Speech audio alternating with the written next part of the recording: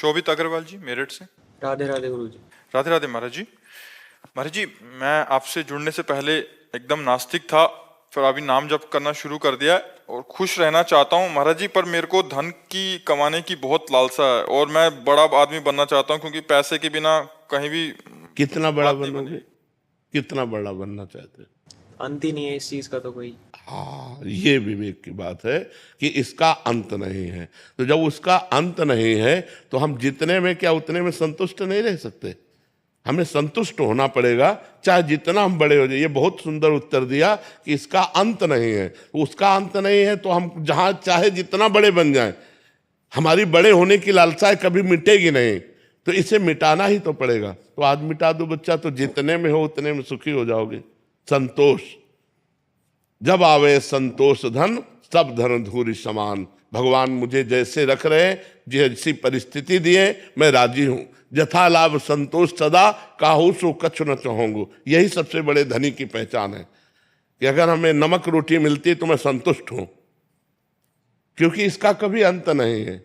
भारत के सबसे नंबर 1 धनी बन जाओगे तो तुम्हें विश्व के बनने की, और विश्व के बन जाओगे तो फिर देवराजेंद्र बनने की, देवराजेंद्र बन जाओगे तो ब्रह्मा बनने की। कभी इसका अंत तो है नहीं। ये बहुत सुंदर तुम्हारी बुद्धि काम कर रही। नाम जप करो, बहुत अच्छे व्यक्तित्व वाले बन जाओगे। और जब नाम है ना, तो चाहे जितना धन एकत्रित कर लो, हमारी बात मान लेना। नाम रूपी धन तुम एकत्रित करो, उसे भंजा लो, जितने बड़े धनी बनना चाहो बन जाओगे।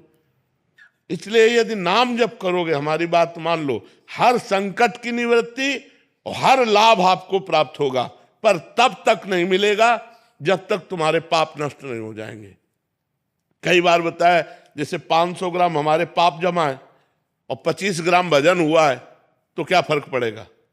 जब 550 ग्राम भजन होगा तब 500 को नष्ट करके वो प्रभाव दिखा देगा। अब 2-4 माला जपे, बोले चेक नहीं आई, तो ऐसे नहीं आएगा। वही तुम्हें हम सिखा रहे। नाम जप करो, पराई माता बहनों की तरफ गंदी दृष्टि मत करो, शराब मत पियो, मांस मत खाओ। अभी देखो आनंद आने लगे। अब करोगे पाप और चाहोगे आनंद, तो कैसे प्राप्त होगा? श्री नारायण पेड़ीवाल जी सूरत से। राधा राधे। राधे राधे महाराज जी। महाराज जी, वास्तविकता में अध्यात्म क्या है और इसे जीवन में कैसे उतार सकते हैं? आत्म स्वरूप का अनुभव हो जाना अध्यात्म है। स्थूल शरीर, सूक्ष्म शरीर, कारण शरीर, तीनों शरीरों से राग मुक्त हो जाना। काम, क्रोध, लोभ, मोह, मद, मत्सर, इनके प्रभाव से रहित हो जाना। मान, अपमान, सुख, दुख, लाभ, हानि, इनके प्रभाव से ऊपर उठ जाना, उसे अध्यात्म कहते हैं। जो आत्म स्वरूप का बोध हो जाना, इसे अध्यात्म कहते हैं। इन विकारों पर विजय प्राप्त कर लेना अध्यात्म कहते हैं। जगत में एक ब्रह्म के सिवा दूसरा कोई नहीं, ऐसा अनुभव हो जाना अध्यात्म योग कहते हैं। महाराज जी, धर्म क्या है महाराज जी? धर्म जिसे शास्त्र आज्ञा करते हैं कि करो, वो धर्म है। और जिसे निषेध करते हैं कि ना करो, उसे अधर्म कहते हैं। चला कैसे जी? संत महात्माओं का अनुगमन करते हुए, जो महापुरुष जिस मार्ग में गए हैं उसी मार्ग में हम चले, तो वो धर्म और अध्यात्म का मार्ग होता है। महापुरुष जो गए हैं वो सत मार्ग है। जो महापुरुषों के द्वारा मार्ग चयन किया गया है, उस मार्ग, जैसे रोड बना है, हम रोड पे चले तो सुविधा रहेगी, नया मार्ग तो हम फंस जाएंगे। ऐसे ही जिसमें महापुरुष गए हैं उसी मार्ग पर हम चले तो हम भगवत प्राप्त हो जाएंगे, हम आत्मबोध प्राप्त कर लेंगे, हम धर्म का संचय कर पाएंगे। मनमानी आचरण से नहीं इस मार्ग में चला जाता, गुरु आज्ञा के अनुसार चला जाता है। किसी भी महापुरुष का आश्रय लेकर उनकी आज्ञा के अनुसार हम चले तो परमार्थ पर हम चल सकते हैं, परमार्थ को हम समझ सकते हैं। नहीं तो हमारा मन बुद्धि के अनुसार चलना वो जागतिक ही होगा, भागवतिक तो होगा आध्यात्मिक गुरु के द्वारा। वास्तविक जो अध्यात्म में चल रहे, ड्रामेबाजी, नाटक और पाखंड की बात अलग है। जो वास्तविक परमार्थ में चल रहे, प्रभु से प्रार्थना करना चाहिए कि हमें ऐसे संत का संग मिले जो आपसे जुड़ा हुआ है, जो वास्तविक परमार्थ पे चल रहा है। ऐसे संत का अनुगमन करने से अध्यात्म योग की प्राप्ति हो जाती है, धर्म का संचय हो जाता है, भगवान की कृपा से भगवान का अनुभव हो जाता है। योगेंद्र सिंह जी आ जाएगा। राधे राधे महाराज जी। महाराज जी, जब आत्मा सुख दुख से परे है तो नरक या स्वर्ग में जाने से पहले इसे कई प्रकार की यातनाएं और सुख कि यहाँ दुख का अनुभव कैसे होता है, क्योंकि मृत्यु के बाद नश्वर शरीर तो मृत्यु लोक पर ही नष्ट हो जाता है। इसका उदाहरण बिल्कुल फिट है। जब आप सैया पे सोए होते हो तो स्थूल शरीर सोया होता है ना, तो स्वप्न में जो सुख दुख होते हैं ना, लेकिन नहीं होते, लेकिन अनुभव में आते हैं ना। स्थूल शरीर तो पड़ा रहता है। सूक्ष्म शरीर से आप जब स्वप्न देखते हैं तो स्वाप्निक जो सुख दुख होते हैं वो अनुभव में आता है ना। ऐसे स्थूल शरीर तो जल जाता है, लेकिन सूक्ष्म शरीर जाता है। और आत्मा एक प्रकाश है, आत्मा एक पावर है। आत्मा कोई व्यक्ति नहीं है, वो पावर है। वो सूक्ष्म शरीर को पावर देता है, और भोग जब सूक्ष्म शरीर भोगता है तो अनुभव आत्मा को होता है। आत्मा को कोई कष्ट नहीं होता। नैनम छिन्दन्ति शस्त्राणि नैनम दहति पावका न चैनम क्लेदयन्त्यापो न शोषयति मारुता। अग्नि जला नहीं सकती, जल डुबो नहीं सकता, वायु सुखा नहीं सकती। आत्मा अग्नेयास्त्र, वायुवास्त्र, वरुणास्त्र इनके प्रभाव से परे है। लेकिन जैसे स्वप्न में कोई दुख ना होने पर भी हमें दुख या सुख का अनुभव होता है। जो सपने सिर काटे कोई, बिन जागे दुख दूर न होई। अगर स्वप्न में कोई गला काट रहा तो वैसे ही गला कटता हुआ नजर आता है, अपने को अनुभव आता है, भयानक दुख होता है, लोग चिल्ला पड़ते हैं, लेकिन एक खरोच भी नहीं होती। ये कब पता चला? जब जगे। ऐसे जीव को सूक्ष्म शरीर से नरक या स्वर्ग आदि के सुख या दुख भोगना पड़ता है। समझ पा रहे हैं आप? आत्मा निर्लेप होने पर भी वो सुख दुख का भोगता तब तक बना रहेगा जब तक भजन के प्रभाव से वो निष्पाप नहीं हो जाएगा, कर्म समाप्त नहीं हो जाएंगे। तब तक एक कर्म परंपरा, बार बार जन्म, बार बार मरण, बार बार दुख, बार बार सुख भोगना पड़ेगा। इसीलिए अध्यात्म शास्त्र है कि हम अध्यात्म गुरु बनाएं, उनके अनुसार उपासना करें, तो इस पापों से मुक्त होकर हम भगवान को प्राप्त हो जाएं। जब तक भगवत प्राप्ति नहीं होती तब तक ये सुख दुख स्वप्न की तरह भोगने पड़ेंगे, यद्यपि बिल्कुल मिथ्या है। अब जैसे सपने में कोई डूब रहा है तो बाहर से हम उसकी नाव की व्यवस्था कर दें, तैराक की व्यवस्था कर दें, लेकिन हम उसे बचा नहीं सकते। उसे बचाने का एक उपाय जगा दो। ऐसे ही ये जो हम सुख दुख भोग रहे हैं, इससे बचने का कोई उपाय नहीं। एक उपाय है, जग जाओ, मोह निद्रा से जग जाओ और ज्ञान प्रकाशित हो जाए तो सच्चे मानिए कोई सुख दुख का अनुभव नहीं होता। अब जैसे इस समय हमारी किडनी फेल है, कष्ट है, पीड़ा नहीं है। कष्ट है पर पीड़ा नहीं है, दुख है पर अनुभव नहीं है।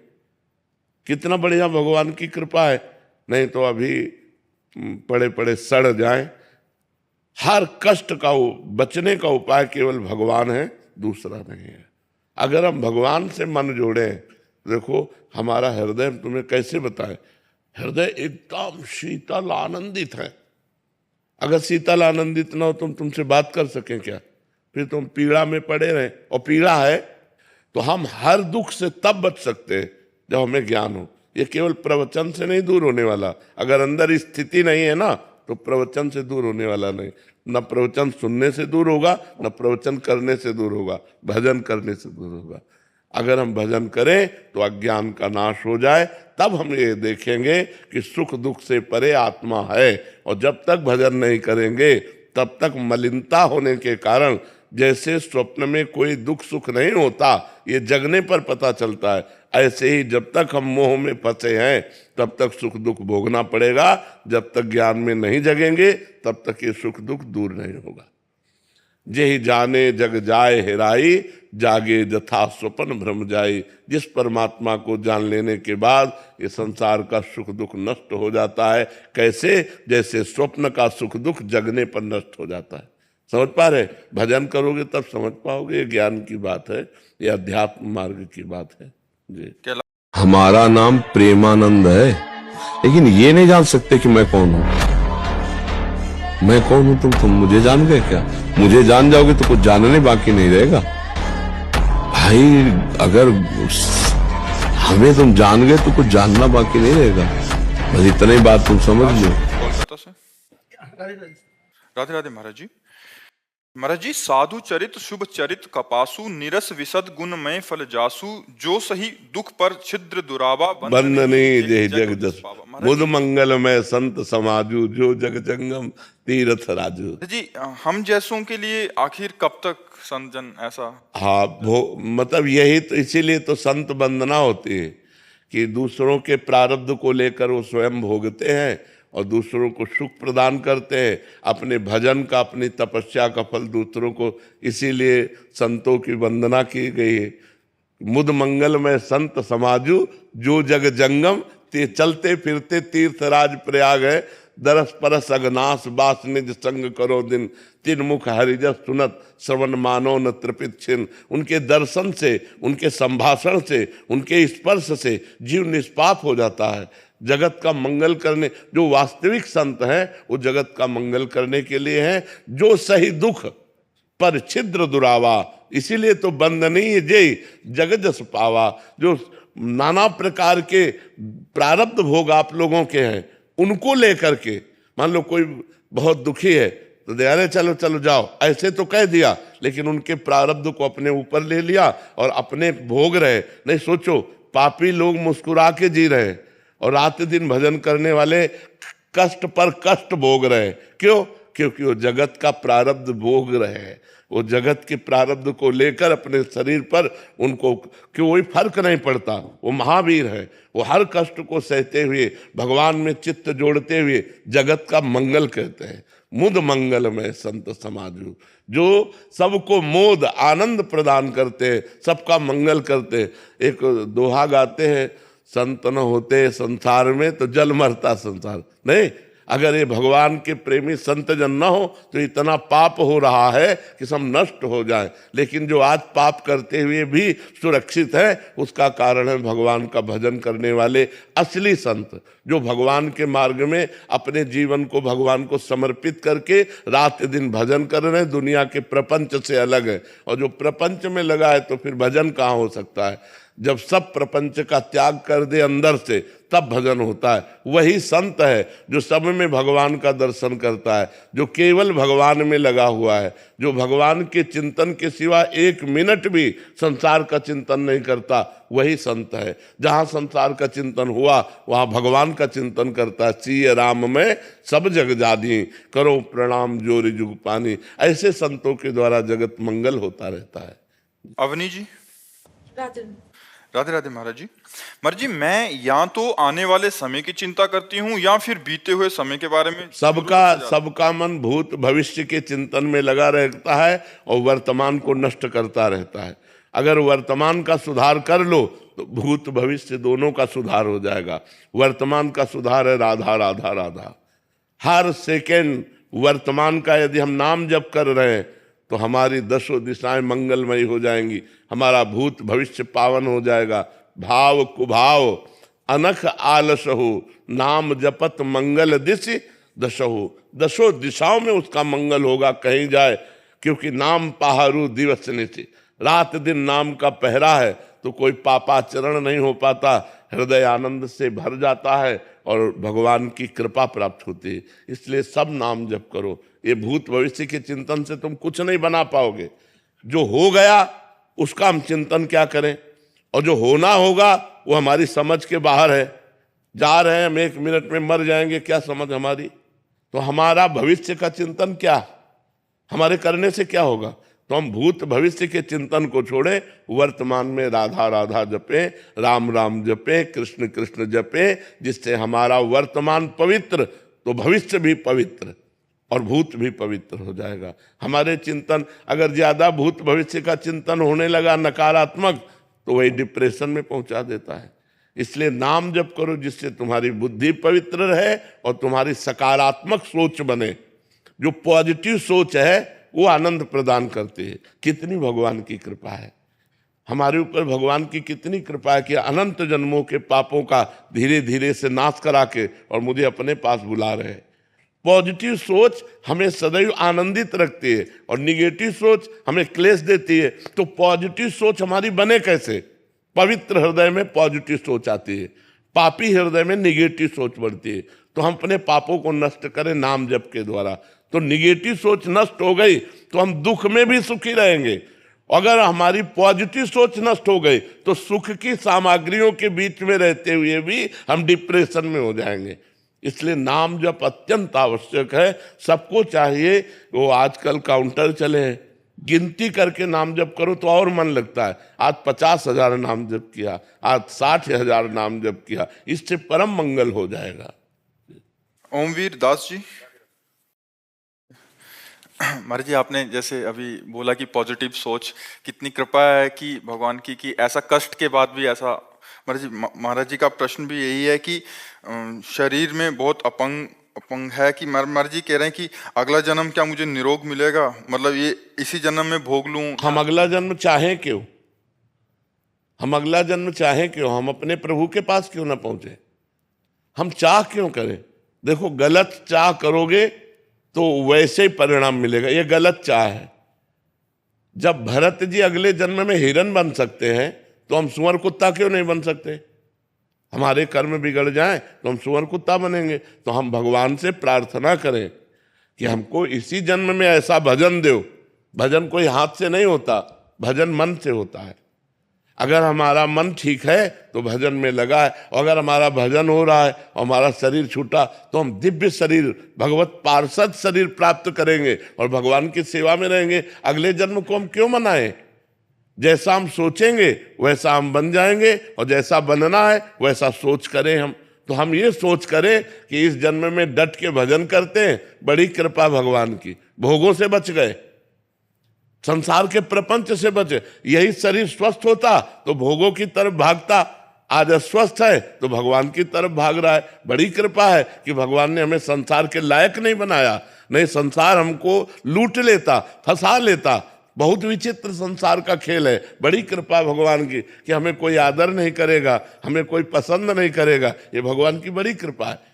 पॉजिटिव सोच करो, भगवान की बड़ी कृपा है। और हम इस जन्म में इतना भजन करें कि इसी जन्म में भगवान की प्राप्ति हो जाए। हम अगले जन्म के लिए क्यों रास्ता रखें? यही हमारी कमी है कि हम अगले जन्म के लिए रास्ता रख देते हैं। नहीं, इसी जन्म में हम भगवान को प्राप्त करेंगे। और मनुष्य जन्म मिला ही भगवान की प्राप्ति के लिए। कोई हाथ पैर टांग से थोड़ी भजन होता है, भजन तो जबान और हृदय से होता है। मुख में हो राम नाम, राम तेरे हाथ में, बंदे तू अकेला नहीं, राम तेरे साथ में।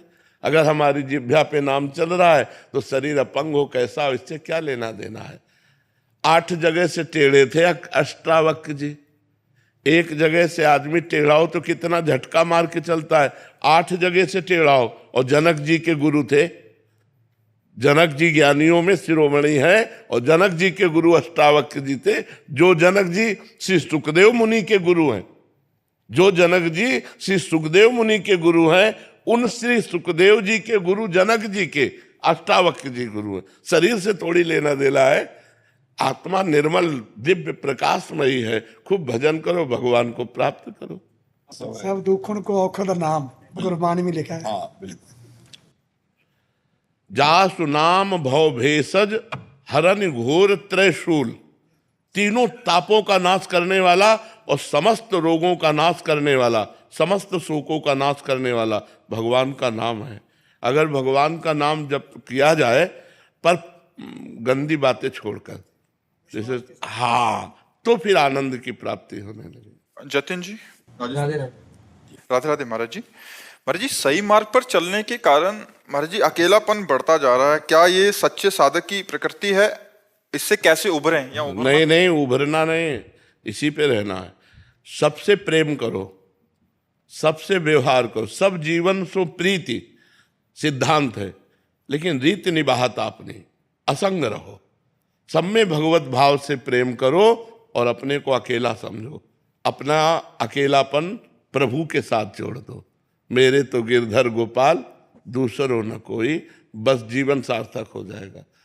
और जो यहाँ किसी को संगी बनाता है उसे रोना ही पड़ता है। अच्छा, यहाँ मरना सबको है, एक दिन मरना सबको है। हम सबकी तारीख और समय बिल्कुल निश्चित है। तो मरने के पहले वो कर लो ना जो मरने पर विजय प्राप्त करावे, वो है भजन। और वो कोई करना नहीं चाहता।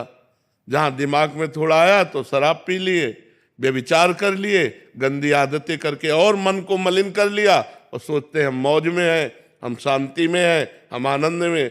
कभी नहीं। भगवान से चित्त जोड़े बिना आनंद में नहीं। और जब सतमार्ग में चलोगे तो एक ही साथी है, वो भगवान, और दूसरा साथी भी बनाना नहीं चाहिए। अपने मन की बात केवल भगवान से कहनी चाहिए, वही सुनते हैं और वही निराकरण करते हैं। और अपने मन की कमजोरी या बात किसी से कह दें तो उसका दुरुपयोग हो जाएगा। रहीमन मन की मन व्यथा रखिए मन में गोए, सुन इठ लई हैं लोग सब बांट न ले है कोई। इसलिए अकेलापन बहुत सुंदर। असंगो हम पुरुषा, नाम जप करो, सबसे प्रीति का व्यवहार करो और अलग रहो। कोई गंदे आचरण नहीं, तो आप देखो गृहस्थी में रहते हुए आप संत हो जाओगे, साधु हो जाओगे गृहस्थी में रहते हुए। सुशीला जी। राधे राधे। राधे राधे महाराज जी। महाराज जी, मैं पिछले कुछ वर्षों से गुरु परंपरा से आए हुए गुरुदेव के वेदांत अध्ययन कर रही हूँ। श्रवण तो कर लेती हूँ मगर मनन व निधिध्यासन में आगे नहीं बढ़ पा रही। ज्ञान कर्म और भक्ति का समन्वय बिना नाम जप के नहीं होगा। बिना नाम जप के केवल सुनने से वेदांत का अनुभव नहीं होता। खूब नाम जप करो, सब अनुभव हो जाएगा। राम राम नहीं कह पाते थे, मरा मरा शुरू किया तो ब्रह्म ऋषि हो गए कि नहीं हो गए? तो नाम जप करो, नाम जप करने से ही मंगल होगा। नाम जप बिना किए वेदांत सुन ले, सुनने मात्र से थोड़ी ज्ञान हो जाएगा।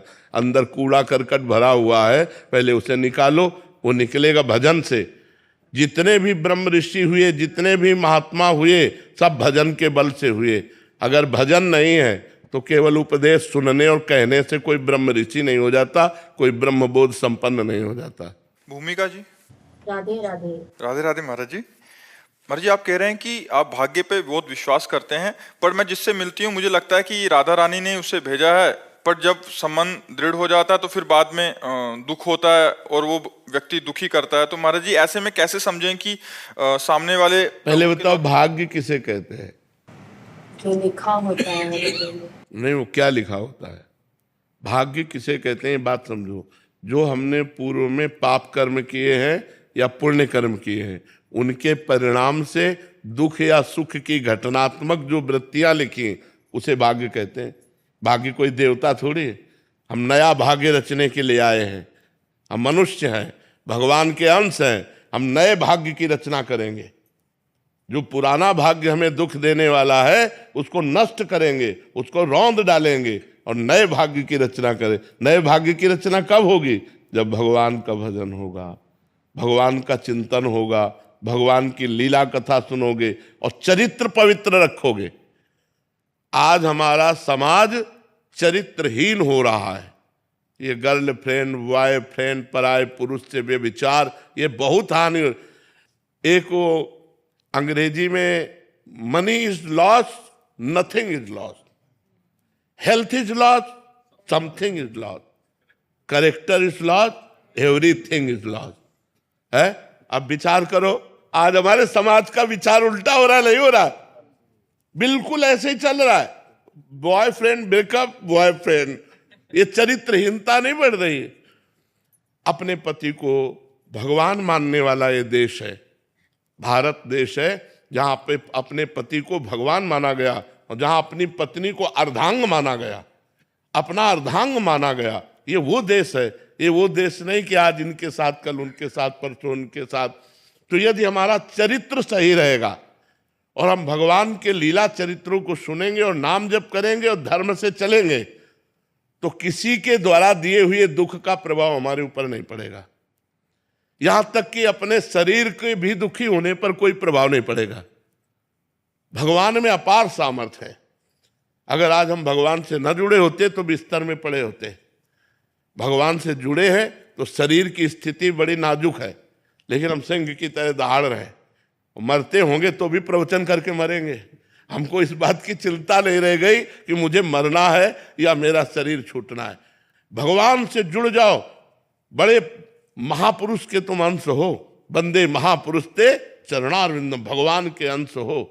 अगर प्रभु को साथ लिए हो तो जीत जाओगे, नहीं तो हारना पड़ेगा। ये हारने का देश है। संसार में जिससे प्यार करोगे वो तुम्हें अंत में रुलाएगा जरूर।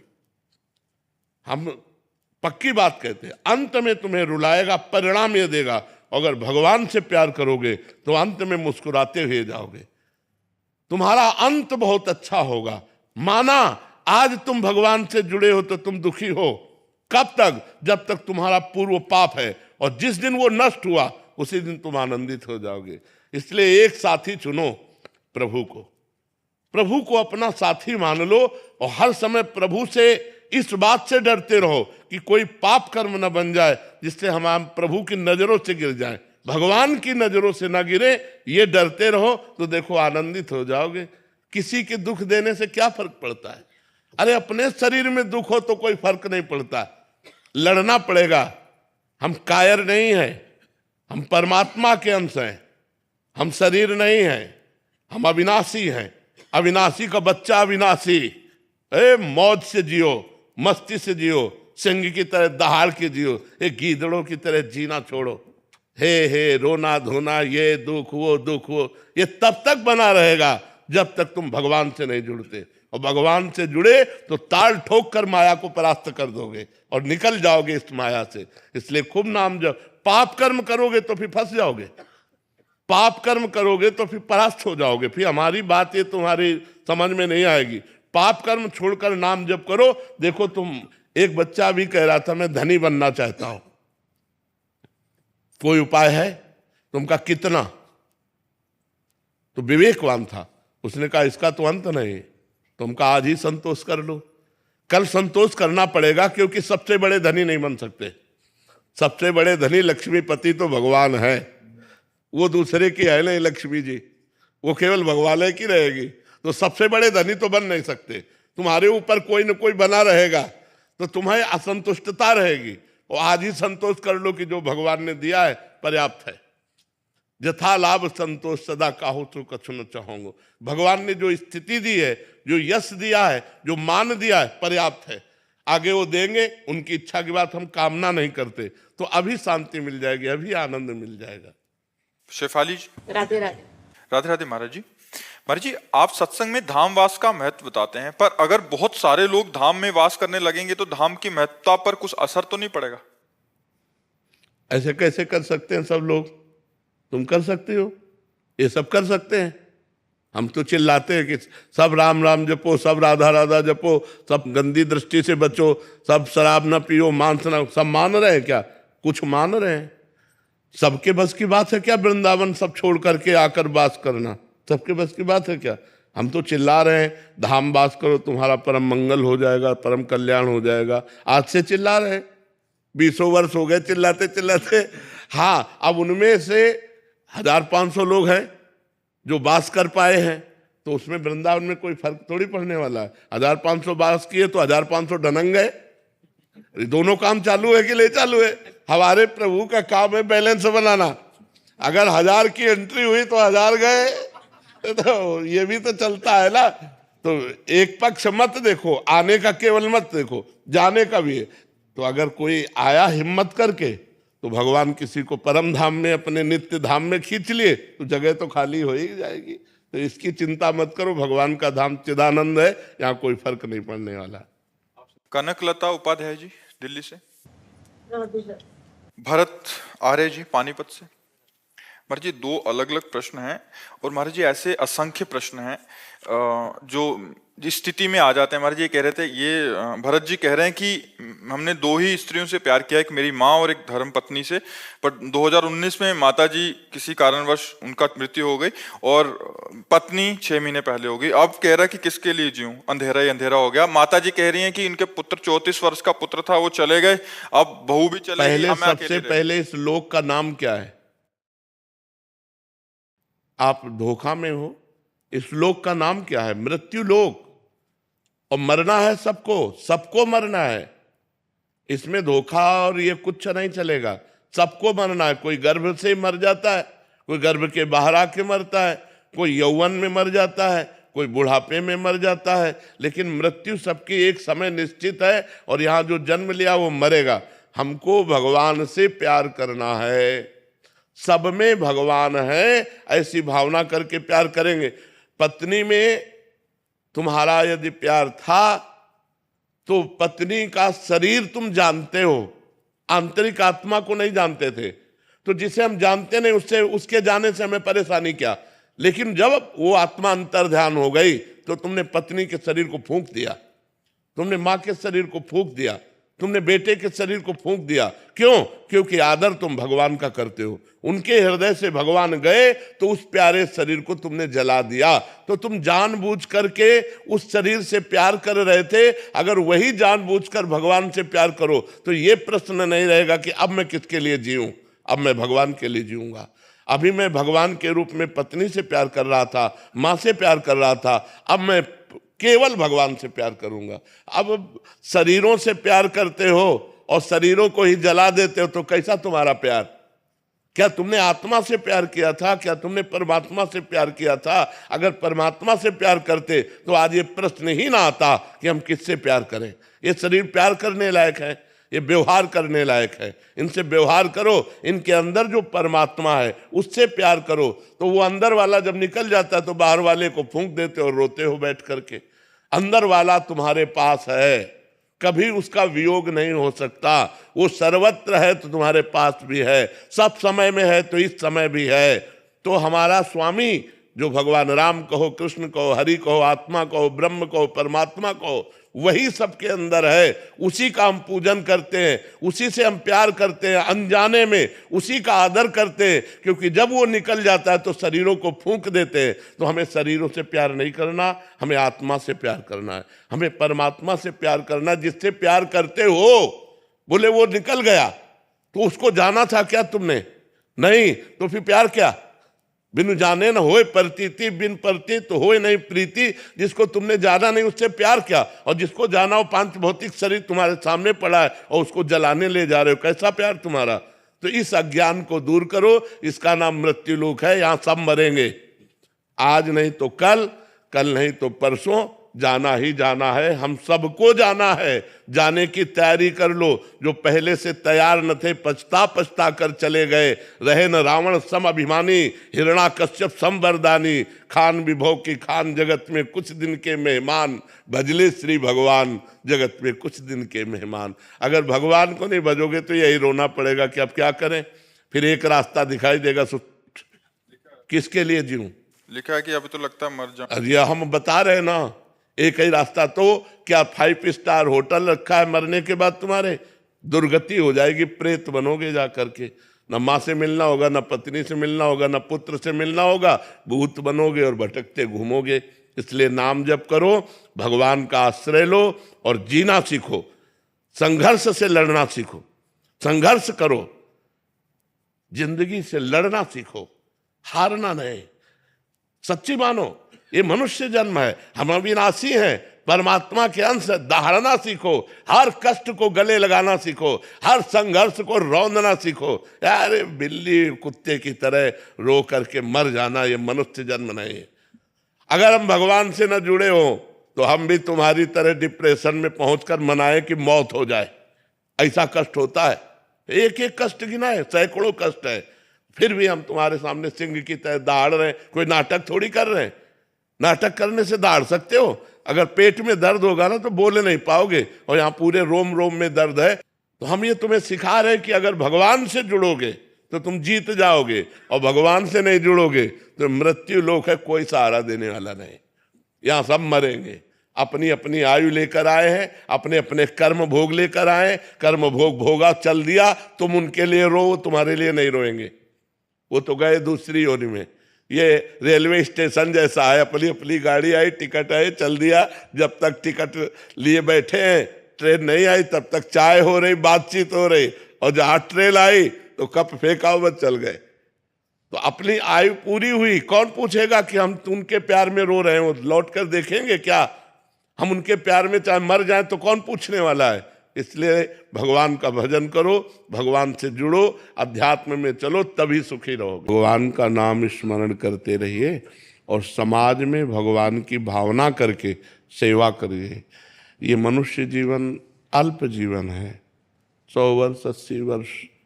ये पद भी विनाशी है और ये शरीर भी विनाशी है।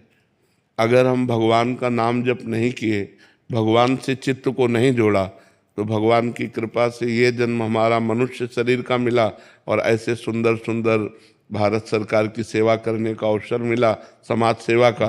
तो अगला हमारा जो जन्म हो वो भारत में ही हो और हम अपने देशवासियों की सेवा कर सकें, इसलिए भगवान से प्रार्थना करते रहिए और नाम जप करते रहिए और नई समाज को एक दिशा देने का, क्योंकि आज जो समाज में हमारे गर्लफ्रेंड बॉयफ्रेंड व्यसन व्यभिचार की वृद्धि हो रही है, ये बहुत हानिकारक है।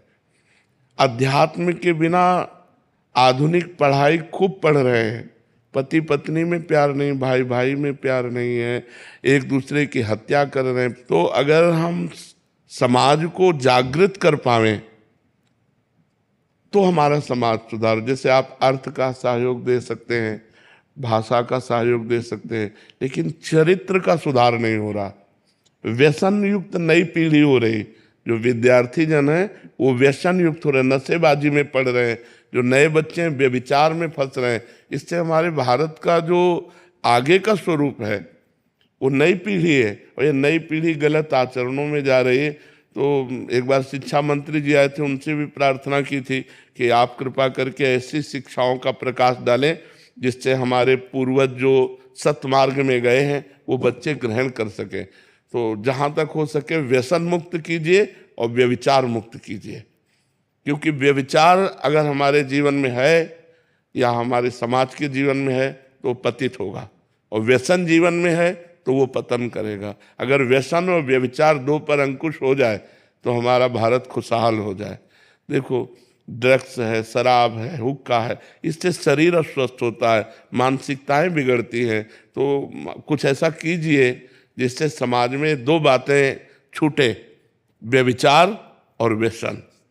ये व्यसन और व्यभिचार हमारे नई पीढ़ी को खोखला कर रही। जब हमारे सामने आते हैं ना एकांतिक में और उनकी जब जीवन दशा देखते हैं तो अधिकतर नौजवान व्यसन में फंस रहा है, व्यभिचार में फंस रहा है।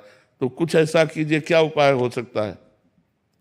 उसका ये समाज को जागरूकता करना यही है। और हाँ, जब तक वो अध्यात्म से नहीं जुड़ेंगे, अध्यात्म में जागृत नहीं होंगे, तब तक मन को सुखी करने के यही उपाय हैं। तो ये समाज का स्वरूप थोड़ा बदलना चाहिए। जैसे प्रगट में हम धन का सहयोग समाज को कर सकते हैं, मकान बनवा सकते हैं, लेकिन उनके चरित्र बिगड़े हुए हैं तो उनको शांति कहाँ से प्राप्त होगी? उनकी बुद्धि बिगड़ी हुई है तो शांति कहाँ से प्राप्त होगी? जरा जरा से लोभ के लिए भाई भाई का हतन कर रहा है, तो बूढ़े माता पिता को गली में निकाल के खड़ा कर दिया जा रहा है। तो आज जो हमारे नई पीढ़ी की बौद्धिक स्थिति है वो थोड़ा बहुत नाजुक होती जा रही है। आधुनिक पढ़ाई में तो बहुत ग्रेजुएट है, लेकिन अध्यात्म में शून्य होने के कारण वो स्वयं अशांत हैं और अपने परिवार को भी अशांत कर रहे हैं। तो हमें लगता है थोड़ा समाज को इस रूप में जागरूक किया जाए। स्वयं कोई नशा न करे, स्वयं व्यभिचार न करे, अपनी स्त्री के सिवा छोड़कर पत्नी के सिवा किसी ऐसा ना करे। जो आप कह रहे हैं ये बहुत अच्छी बात है। गांव में जो विचार था वो धीरे धीरे पवित्रता का नाश हो रहा है, चरित्र की हानि हो रही, बहुत हानि हो रही है। तो अब देखो, आप लोग समर्थ हो, आप देखो इसे। जी, विवेक के द्वारा हम इस पे काबू। पर विवेक बाजार में थोड़ी मिलता है, बिना भजन के विवेक थोड़ी होगा। बुद्धि तो सबके है, विवेक कहाँ है? विवेक तो बिनु सत्संग विवेक न होई और राम कृपा बिनु सुलभ न सोई। भगवान की कृपा से जैसे आज आपको संत समागम मिला है, यदि आप इसे स्वीकार कर लें और भजन करने लगे तो आपका मंगल हो जाएगा। अभी हम इनसे कह रहे थे, ये कहे तुम आज आपको कष्ट है, तो हम कहा तुम्हें सच्ची बताएं, हमारा हृदय इतना आनंद में है कि हम तुम्हें कैसे बताएं। शरीर कष्ट में है लेकिन हृदय इतने आनंद में है। अगर हमारा हृदय आनंदित है और शरीर पीड़ा से तो क्या फर्क पड़ता है?